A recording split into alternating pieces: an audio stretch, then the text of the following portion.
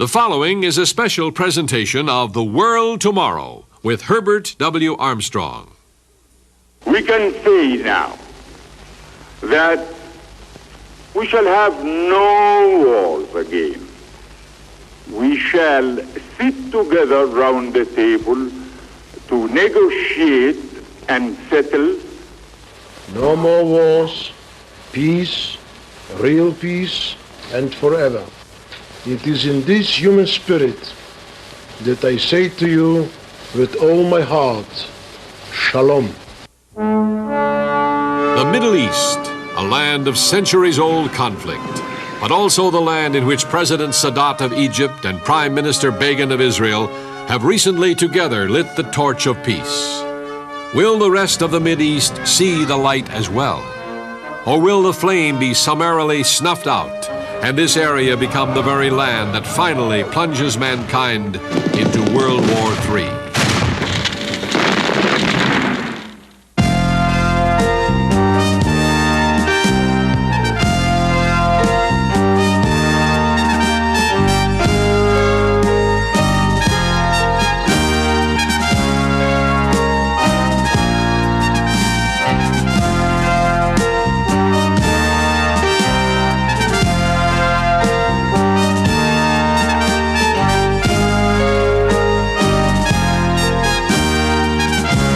Mideast, the quest for peace.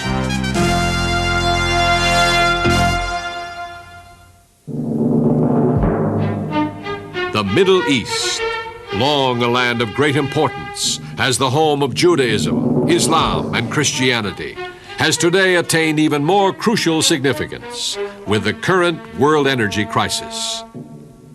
One man who has become well acquainted with the problems in this part of the world is Herbert W. Armstrong. His first-hand knowledge of this area has kept him ahead of events there for over 30 years.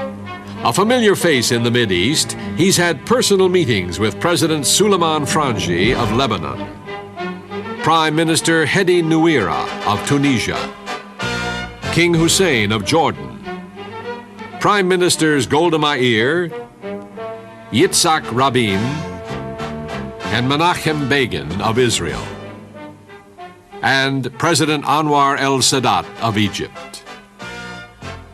Withal, Mr. Armstrong discusses the cause of war and the only sure way to peace. In order to better comprehend the current situation, we need to understand the events that have created the centuries-old Jew-Arab conflict and current OPEC problems. Why has there been such long-standing animosity between Arabs and Jews? Believe it or not, the whole thing started in a family squabble about 4,000 years ago. A common ancestry for both the Arab and Jewish peoples? Yes, surprisingly, both trace their roots to one father, Abraham of the Bible, but to different mothers. Abraham's wife Sarah, being childless, offered her handmaid Hagar to provide him an heir. Hagar gave birth to Ishmael, the progenitor of the Arab peoples. However, Sarah finally did have a son, Isaac, and the Jewish people looked to him as their father. Herein lies the beginning of the centuries-old struggle between Arabs and Jews, two half-brothers fighting over an inheritance. After the Exodus from Egypt, the people of Israel of Old Testament times, as descendants of Isaac, inherited and possessed the Promised Land. Under the successive reigns of David and Solomon, the area flourished in the hands of Isaac's descendants. But after the death of Solomon, Israel split into the northern and southern kingdoms of Israel and Judah, respectively. Both were eventually conquered and taken away into captivity. Succeeding world-ruling empires, Babylonian, Persian, Greco-Macedonian, and Roman, each in its turn conquered the area. Under the Persian reign, a contingency of Jews returned to Jerusalem to once again possess the Promised Land. It was the Roman Emperor Hadrian who was to hang the label Palestine on the area now occupied by modern-day Israel. In 70 AD, the Romans destroyed the temple, and once again the Jews were expelled from Palestine. The Arabs conquered the area in 640 AD. Passing it down as an inheritance from generation to generation, the descendants of Ishmael, the other half-brother, possessed the promised land. But then Zionism, the ideology that the Jewish people should have their homeland in Palestine, arose as a strong force in the early 20th century. With Jewish immigration from Europe beginning around 1870, Zionism played a major role in the development and formation of what is now the nation of Israel. Upon acquiring Palestine and Transjordan as mandates in 1920, the British designated Palestine for the establishment of a Jewish state. Then, in 1947, the United Nations General Assembly voted to abolish the 1920 British mandate and partition Palestine into Jewish and Arab states. Despite Arab rejection of the plan, on May 14, 1948, the British withdrew their forces, and the new state of Israel was then proclaimed. With this background, we can understand why the very next day, troops from 7 Arab states invaded Palestine in an effort to reclaim what had been their homeland for almost 2,000 years. The ensuing war between Arab League nations and the fledgling State of Israel lasts for over a year and a half. Finally, on January 7, 1949, the Jewish War of Independence ends by UN mediation. The war increases Israel's holdings by almost half. Most of the territory designated for a new Arab state is annexed by Egypt and Jordan, and over 500,000 displaced Arabs are confined to the Gaza Strip and the West Bank. But the tension remains, and with the continual animosity exists the ever-present threat that war will break out again.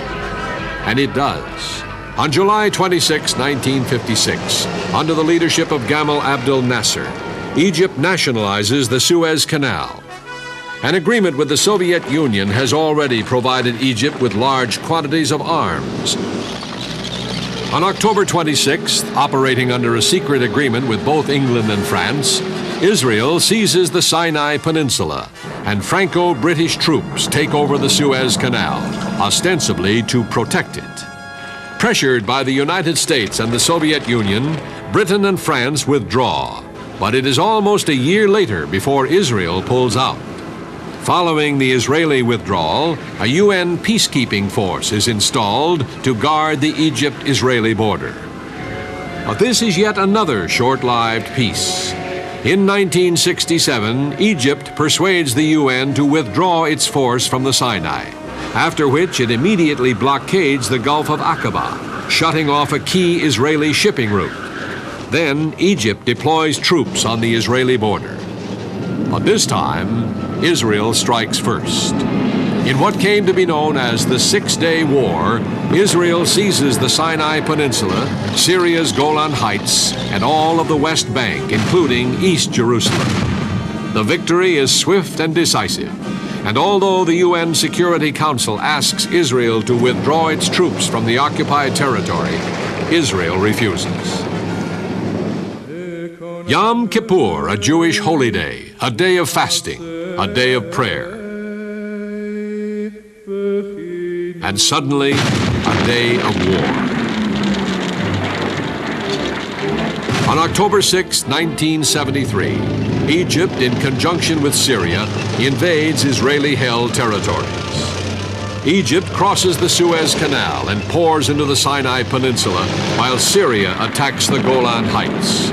But initial success by Egypt and Syria is met by an overwhelming retaliation by Israel. The counterattack carries Israeli troops to within 20 miles of Damascus and over the Suez Canal, deep inside the Egyptian border. A ceasefire is finally negotiated on November the 11th by U.S. Secretary of State Henry Kissinger. This war, the fourth since the establishment of Israel as a nation, was again one of heavy casualties on both sides, both militarily and economically. Only this time, the economic repercussions reached out to the rest of the world. Within the Arab League, the OPEC nations retaliated and announced a temporary oil embargo for nations supporting Israel. For the United States, Western Europe, and Japan, oil prices soared upward to unprecedented new highs as shortages appeared. In the last 30 years, we've seen a quickening tempo of animosity in this part of the world. This acceleration of aggression is even more disturbing when viewed in light of man's new means of mass destruction. Today, with the current nuclear proliferation, only the ostrich-like would say mankind's survival is not threatened. Does Israel have the bomb? What about the PLO? While many speculate that Israel already has nuclear weapons, most agree that supporters of the PLO would willingly provide the financial and technological support for them to attain nuclear capability. Such possibilities become even more frightening in this environment of ever-escalating tensions. The world may well have viewed with alarm the election in May of 1977 of former Israeli guerrilla leader Menachem Begin to the post of Prime Minister. A devout Orthodox Jew, he displays a clear sense of his nation's purpose and identity. But those immediate fears proved to be unfounded, as 1977 provided a ray of hope for peace. For it is to this government that Egyptian President Anwar Sadat not only makes an unprecedented peace overture, but also is the first Arab head of state to visit modern-day Israel. On that historical moment, recorded by newsmen around the world, Sadat risks not only his political future, but quite possibly his very life. The rest of the Arab world is thrown into uncontrollable frenzy as reaction to this unheard-of move ranges from neutral silence to labeling the visit as treason. After this initial move, Egypt and Israel commence follow-up talks in mid-December. This culminates in Menachem Begin's visit to Egypt, another historic but equally risky venture. Witnessing the Sadat-Begin approach on the pathway to peace, Herbert W. Armstrong recognized the importance of their efforts. No stranger to the Mideast, Mr. Armstrong has, through Ambassador College and the Ambassador International Cultural Foundation, supported numerous programs in the area, such as archaeological excavations, children's playgrounds, and cultural exchange programs between Arab and Israeli youth. Called a builder of bridges between nations, Herbert W. Armstrong continues his efforts for world peace. Listen to Dr. Mohammed Hatem, close personal advisor of President Sadat. It is a pleasure to me, personally, to receive you, Mr. Armstrong, here, because I know you from a long time, and I know what you are doing for the humanity in all the world. Ambassador Foundation is promoting better understanding between all peoples in all the world. They had about 26 projects in 26 countries in the world. In recognition of Mr. Armstrong's heartfelt efforts at promoting human understanding, Jerusalem Mayor Teddy Kollek hosted a banquet in his honor. The ambassadors of Ambassador, the people who are here, are fulfilling a tremendous role for peace in the world. They're here today, they are going to South Africa and to Russia and to China and to many of the countries of Europe, all in the mission of more human understanding. And I want to thank you for your good relationship to us, for your friendship for us, for your efforts that you are making here. It is in this spirit that Mr. Armstrong begins his current Middle East tour in the changing land of modern-day Egypt.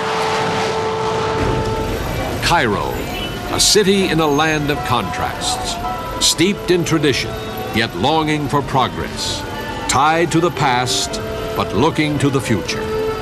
It is ironic that Egypt, the land of the pyramids, physical symbols of permanence, is a land faced with an indefinite future due to the ever-present possibility that war could break out with its Israeli neighbors.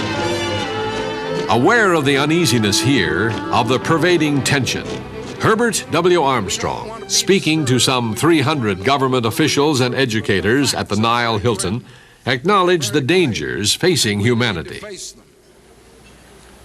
I'm not going to speak to you very long tonight, but I'm going to speak plainly, because the time has come for very plain speaking, and I've come a long way to bring you this message.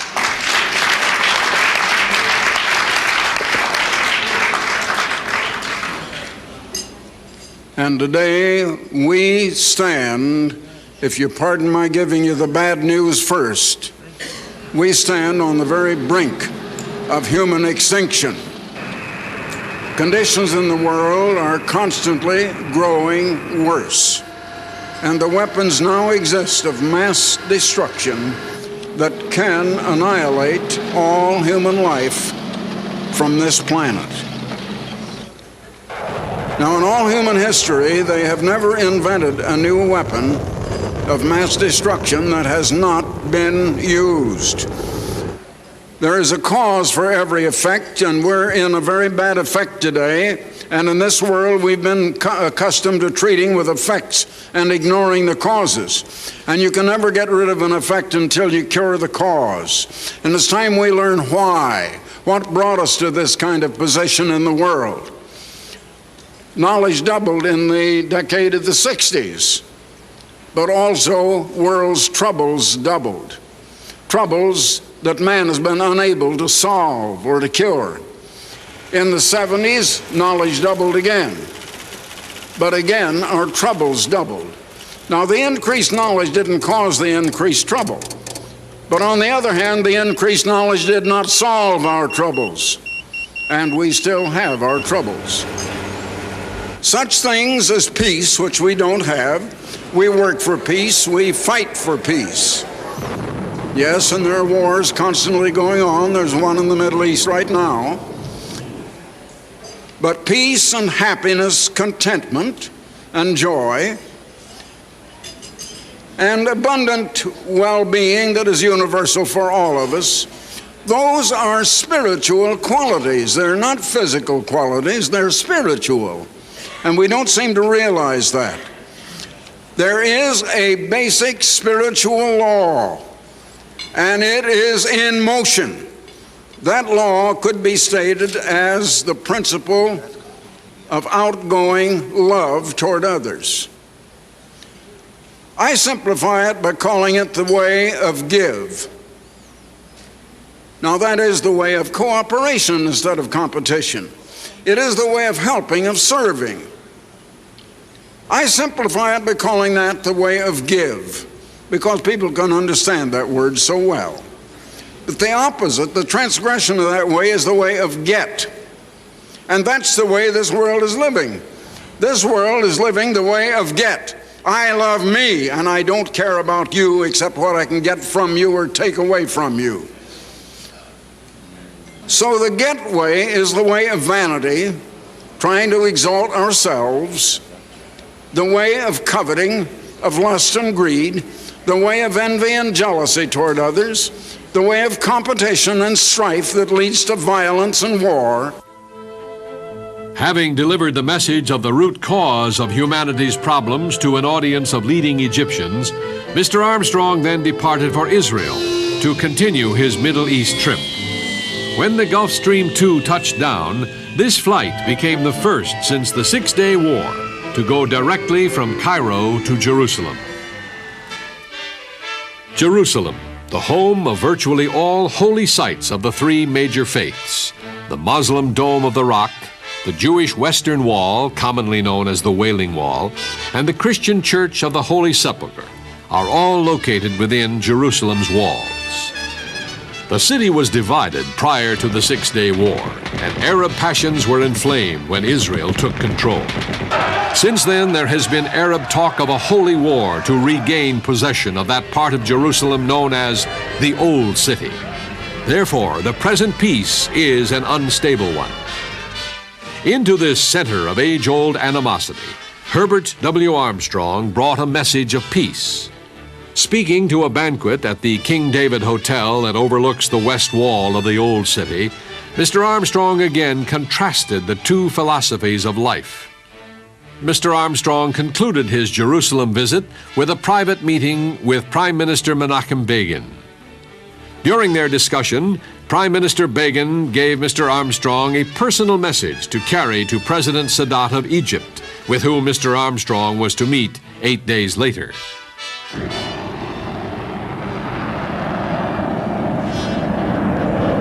The meeting began with a rather frank appraisal of President Sadat's unprecedented approach to peace. Mr. President, I want to say one thing right straight from the heart. I respect and admire you more than I can tell you, because you have risked everything in an effort for peace. And your heart has to be in it, and it has to be genuine. And not many will do that.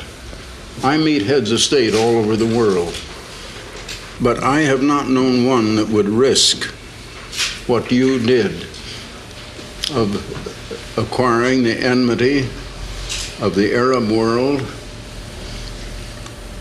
in order to have peace. Now that takes courage, and you have it. Thank you very much. Thank you. President Sadat's spirit of self-sacrifice, already demonstrated in the peace initiative, is clearly reflected in his response to Mr. Armstrong's message. There are two philosophies of life. There are only two ways of life. Everything in general will fall into one or the other category, and they go in opposite directions. And the one I term in simple language give. The other is get. Now, give merely means outflowing love toward others. But I put in just simple language of give and get. The world is geared to get. Everything is get. It's in business, it's in athletics, Right. and it's in politics, and it's in society. That's right. And it's just in every segment of life. That's right. Well, I learned this philosophy of give and get. And I tell you what it is, just my way of stating the law of God. And I think the personage I mean by God is the same personage you mean by Allah. Isn't that correct? Exactly. And that is His law. And you could express it in the more religious language of love, which is outflowing. But I just take it in the more secular word of give and get. And I think that makes it plain to people in all walks of life, whether they are of whatever religion or of no religion. And it expresses the principle of a way of life. It's just a general attitude of mind, That's right. an attitude we have toward one another and toward other people. It was at this meeting that President Sadat unveiled a bold new undertaking for the cause of world peace, a proposed $70 million World Peace Center to be built at the base of Mount Sinai. Impressed by the significance of such a monument, Mr. Armstrong offered both moral and financial support for the venture. Even with the vision and personal sacrifice manifested by President Sadat and Prime Minister Begin in their efforts to defuse the many centuries of animosity, a great number of problems remain to be solved before real peace in the Middle East can be a reality. The Palestine problem continues to be stalled in the on-again, off-again autonomy talks. The Arab world also demands that East Jerusalem be returned to Arab sovereignty. The Jewish reply, never. What about the continuing brushfire wars among the Arab nations themselves, such as the Iraq-Iran conflict? Could they not erupt into a major conflagration? And now, the superpowers of Russia and the United States are looking over their shoulders as Europe makes overtures to the Middle East. Is the situation about to be more strongly complicated by a third power play? Quite possibly. Europe obtains about 80% of her oil from the Middle East. 80%. Will she stand idly by if, for some reason, the lifeblood of her economy is about to be cut off? What about Russia? Will she cool her heels in Afghanistan while European influence in the Sinai continues to develop? Will the peoples of this troubled part of the world finally live at peace with one another? Or will their centuries-old animosity ultimately engulf the rest of the world in the flames of war? Geographically, politically, and theologically, the Middle East will continue as a focal point of world events. Indeed, world peace hinges on a tranquil Middle East. Unless the world learns the lessons of the past, we face the most cataclysmic events of history. But if it doesn't, will humanity survive? The answer is in the message proclaimed by Herbert W. Armstrong, Ambassador for World Peace. Every trouble, every bit of woe and unhappiness and suffering in this world has come from living the way of get. Now, we're not going to have a better world until we get off of that way of get and get on to the way of give. We're not going to do that ourselves. Human nature is a little too strong. It isn't going to let us. It's going to have to be done to us. And then that all-powerful, unseen, strong hand from someplace is going to intervene in this world's affairs and is going to save humanity from itself. The program you have just seen covered but one of the important topics explored by The Plain Truth. Read by millions, this monthly magazine of understanding squarely faces the issues that shape your future.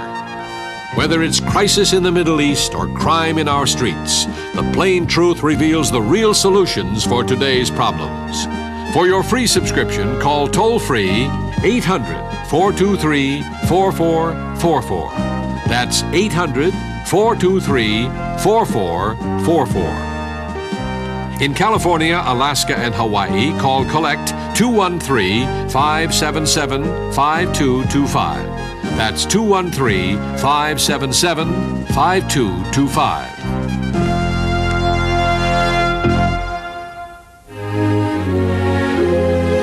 For the free literature offered on this program, write Herbert W. Armstrong, Pasadena, California, 91123. In Canada, Box 44, Vancouver, BC. Or in the continental United States, you may call this toll-free number, 800-423-4444. In California, Alaska, and Hawaii, call Collect 213-577-5225. If the lines are busy, please try again.